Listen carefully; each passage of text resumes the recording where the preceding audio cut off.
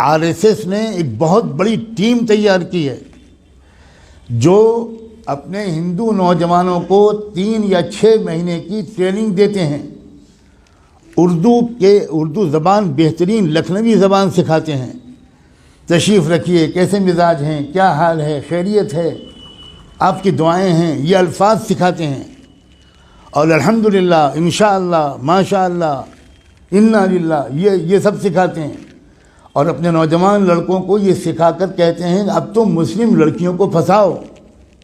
اور یہ بھی کہتے ہیں کہ ایک لڑکا اگر کسی مسلم لڑکی کو اس نے مرتد کر لیا تو 2.5 لاکھ کا چیک تو اسی وقت ملے گا، ذاتی مکان اس کے نام کا ہم دیں گے، اور جاب دیں گے. 3 چیزیں دیں گے.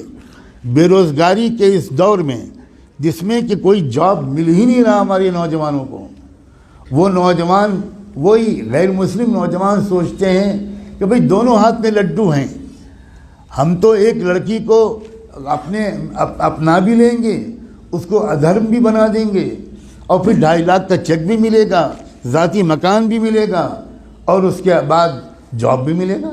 کتنا سستا سودا ہے. کسی ہندو لڑکی کے ساتھ اگر شادی کرنا ہو تو مصیبت ہے. وہ تلک اور وہ جہیز اور وہ رسمیں اور وہ مسائل، اتنی مصیبت ہے. یہاں تو ہم کو مفت میں لڑکی مل رہی ہے، بلکہ لڑکی کے بدلے پتہ نہیں کیا کیا مل رہا ہے. اس مہم پر لگ گئے ہیں کروڑوں نوجوان، لیکن ہم سو رہے ہیں. اللہ جانے کون سا کوڑا ہمیں چاہیے اللہ کا، کون سا درہ چاہیے، کون سا تماچا چاہیے، کون سا عذاب چاہیے ہمارے جاگنے کے لیے. میں نے آیت پڑھی تھی، یہ جو اس وقت کا مسئلہ گناہوں کا نہیں ہے، اس وقت کا اصل مسئلہ ارتداد کا ہے. ہمارا ایمان چھیننے کے لیے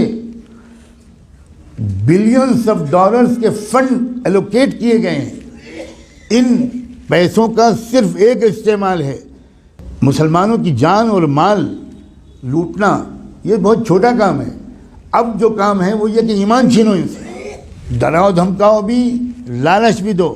ڈرانا دھمکانا بھی اپنے پچھلے 1 ہفتے میں خوب سن لیا. اور لالچ دینے کی بات اگر نہ سنا ہو اور کانوں میں روئی ٹھوسی ہوئی ہو تو آج تو میں کم سے کم آپ کو بتا رہا ہوں، اب تو جاگ جاؤ. اپنے بچوں اور بچیوں کو کہاں پڑھوانا ہے اور کہاں نہیں پڑھوانا ابھی بھی سمجھ میں نہیں آئے گا. اکبر الہ آبادی جو الہ آباد ہائی کورٹ کے جج تھے، انہوں نے شعر کہا تھا. وہ کوئی مولانا نہیں تھے، وہ کوئی حاجی صاحب اور حافظ قرآن نہیں تھے، انگریزوں کے زمانے میں ہائی کورٹ کے جج تھے. انہوں نے یہ شعر کہا تھا، یوں قتل سے وہ بچوں کے بدنام نہ ہوتا، یوں قتل سے وہ بچوں کے بدنام نہ ہوتا، افسوس کہ فرعون کو کالج کی نہ سوچی. خالی وہ کالج بھیج دیتا، بس ختم، وہ تو قتل ہو ہی جاتے ہیں.